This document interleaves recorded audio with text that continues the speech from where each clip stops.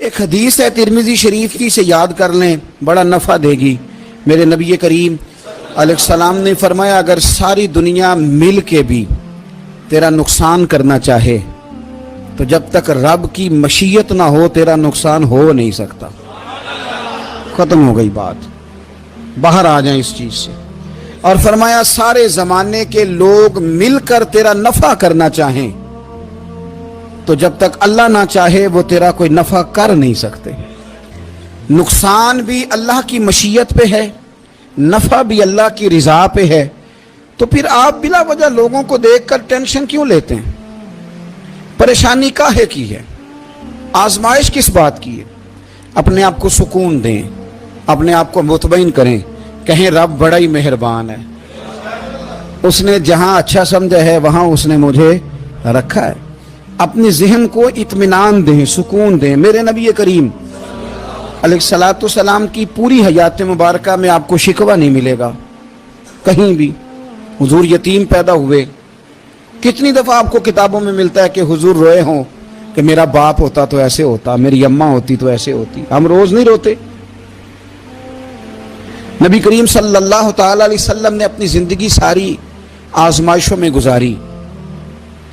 کہیں آپ کو محسوس ہوتا ہے کہ نبی کریم صلی اللہ علیہ وسلم کسی کے پاس بیٹھے اور فرمایا آؤ میں تمہیں اپنے دکھ سناؤں؟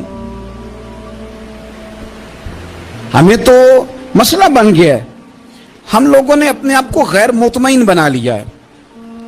ہم ان ساری چیزوں کی ڈیمانڈ کرتے ہیں جو ہمارے مالک نے مناسب نہیں سمجھی ہمیں دینی۔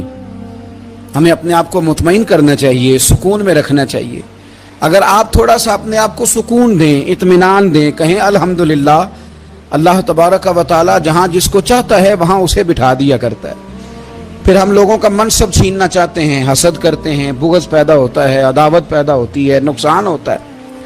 فطری طور پر جو صلاحیتیں اللہ نے دی ہوتی ہیں ان کو بھی زنگ لگ جاتا ہے، زنگ لگنے لگتا ہے ان سب چیزوں کو جو اللہ نے اپنے فضل سے ہمیں دی ہوتی ہیں۔ تو بات کو یاد رکھیں، زندگی میں آپ مطمئن ہو جائیں کہ رب کریم نے جو دیا ہے وہ کمال ہی دیا ہے، کمال ہی۔ حضور کی ایک زوجہ محترمہ تھی تو ان کے ہاتھ ذرا لمبے تھے، مومنوں کی ماں۔ بعض خواتین نے ان سے کہا کہ لمبے ہاتھوں والی، ہم بنا لیتے ہیں نا یہ بھی بات کہ اس کا ناک موٹا ہے تو اس کی آنکھیں چھوٹی ہیں تو اس کے کان بڑے ہیں تو اس کے ہاتھ کیسے ہیں، تو کہا لمبے ہاتھوں والی۔ تو وہ پریشان ہو گئی، نبی کریم علیہ السلام تشریف لائے، کیا ہوا؟ عرض کی یا رسول اللہ مجھے لمبے ہاتھوں والی کہتے ہیں۔ تو حضور فرمانے لگے یہ پریشان ہونے والی بات ہے کہ خوش ہونے والی بات؟